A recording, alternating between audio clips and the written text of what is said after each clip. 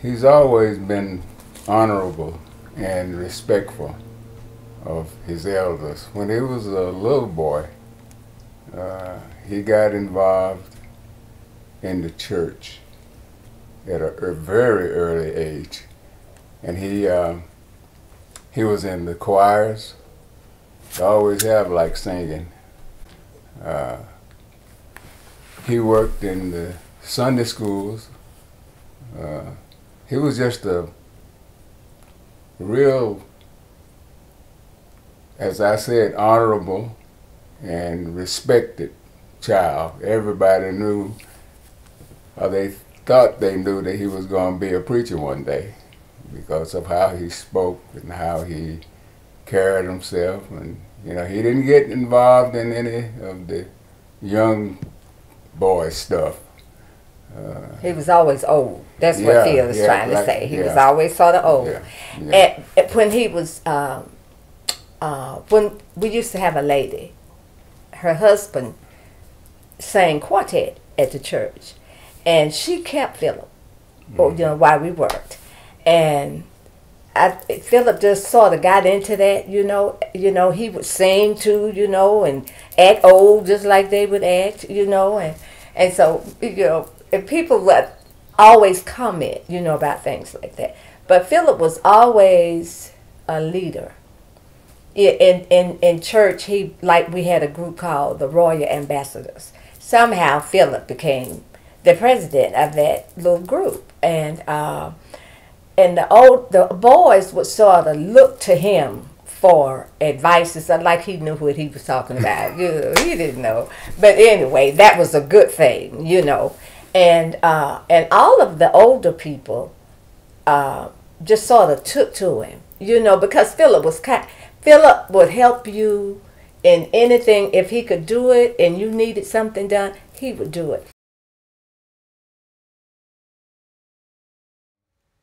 Him and his brothers played a lot of basketball. And they get the guys in the neighborhood to play. I always had them a basketball goal.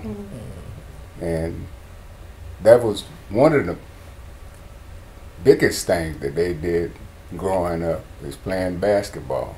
Okay. But then they got really interested in singing, and they generated a little singing group. I think, what they call them, they had the young adult choir, the gospel harmonettes. That's what you're talking about. That's one of them. Gospel but it was also another one. But it was. Yeah, the one with Charlotte and what's the name of that one? That was Deliverance. Deliverance. Yeah. Oh, but they were adults then. Yeah, out of school young then. Adults, They had a. Oh. They've always been interested in singing and sports, and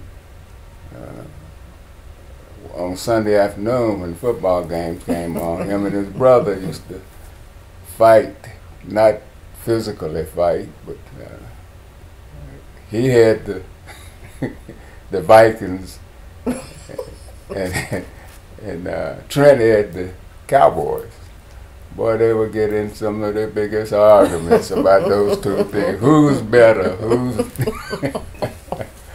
But it was all for fun, I just sit back and laugh, look at them and laugh. But they were all good kids. They were all good kids. And he, he didn't, like I said, he didn't mess around with the boys that didn't want to do the right thing, and we were proud. Never had to go to the jail to get him out of jail. Discipline him that much. Growing up, boys will be boys, and they'll do stuff sometimes that you may have to discipline them for. But he was a good kid.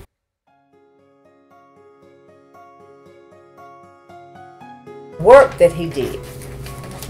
When Philip came home from school, he put together a camp called Camp Emotion. And all the kids wanted to go to the camp. And, the adults were so impressed with the camp. And everything he did had to do with growth. He always wanted a holistic school because he said children needed to learn about the Lord, and they were not going to teach that in public school. And I think that might have been one of Philip's greatest disappointments, because that's what he wanted to do at our church. But people have not changed, you know, and I won't go into that, but some people just don't want to see your progress. And it was for them, really, not for him. So we were talking one evening, and I said to him, I said, you know, Philip, I said, when you come home from school, you always put a camp together so the children have something to do.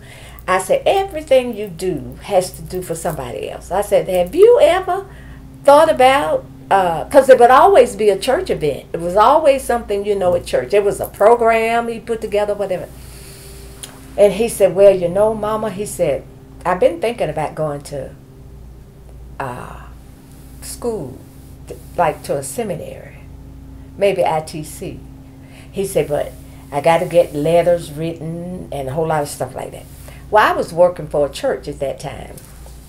And never will forget, I told Pastor Epps, I said, I think my son is interested in becoming a minister. I said, he wants to go to ITC. He said he does. Oh, he just got all, and he didn't even know him.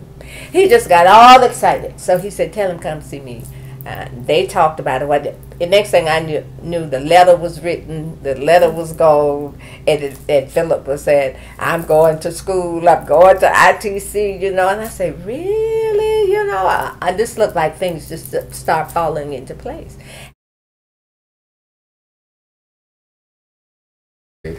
He has always had an adult mind from a little boy.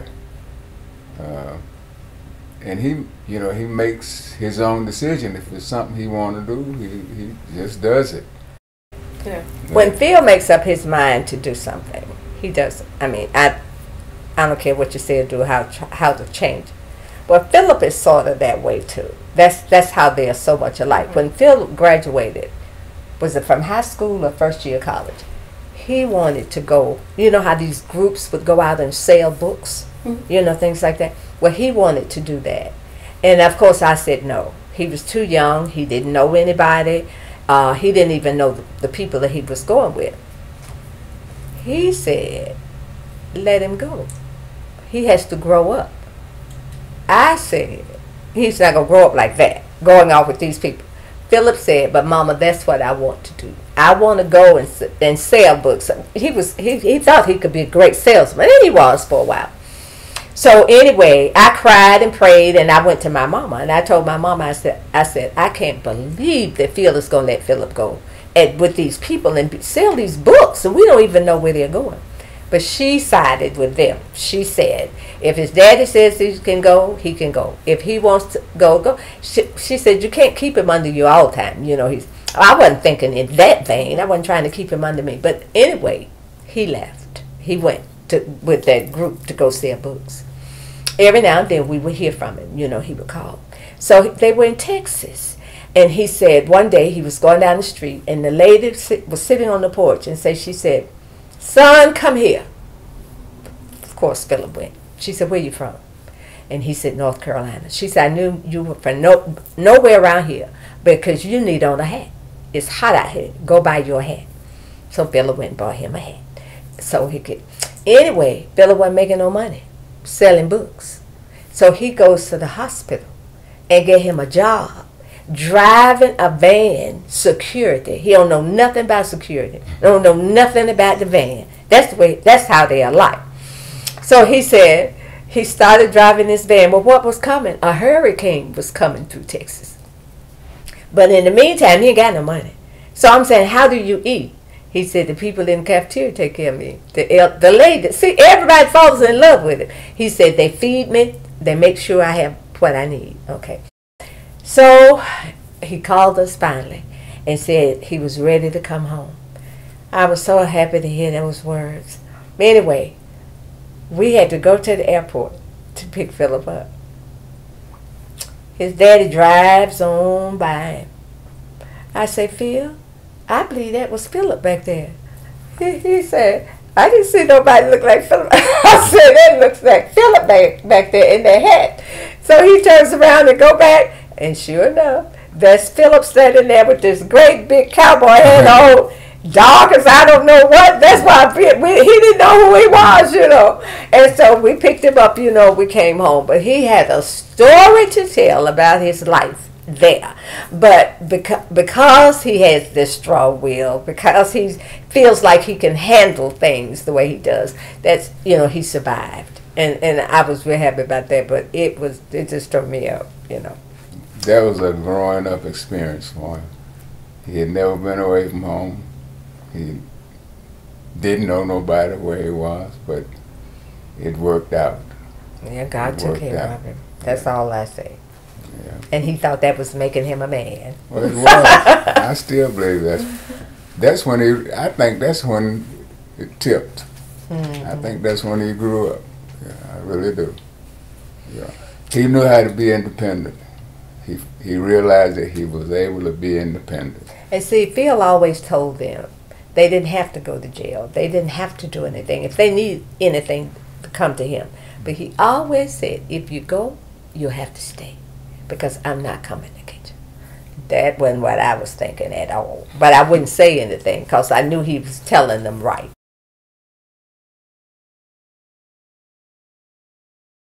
That I'm proud that he decided to go to school, number one, and get his education first, and staying in the church and grow like he grew during that time.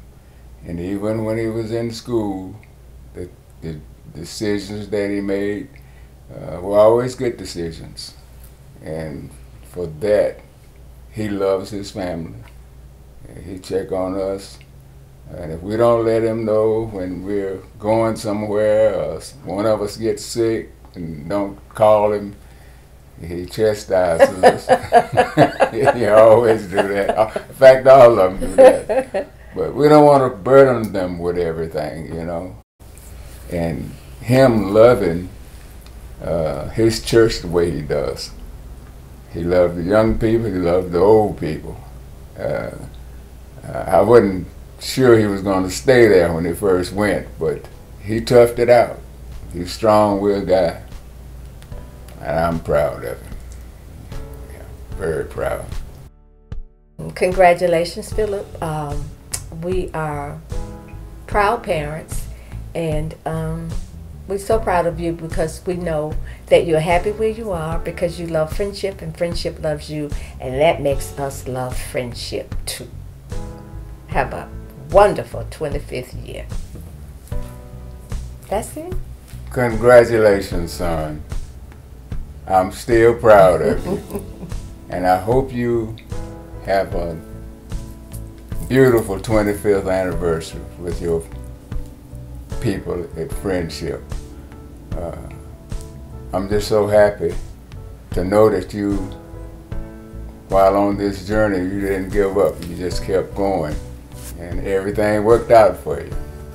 And we, as parents, are so, so proud of you. May God bless you. Amen. And you can take that amen off. Leave it up there. Is that it? That's it. Can we see it? No.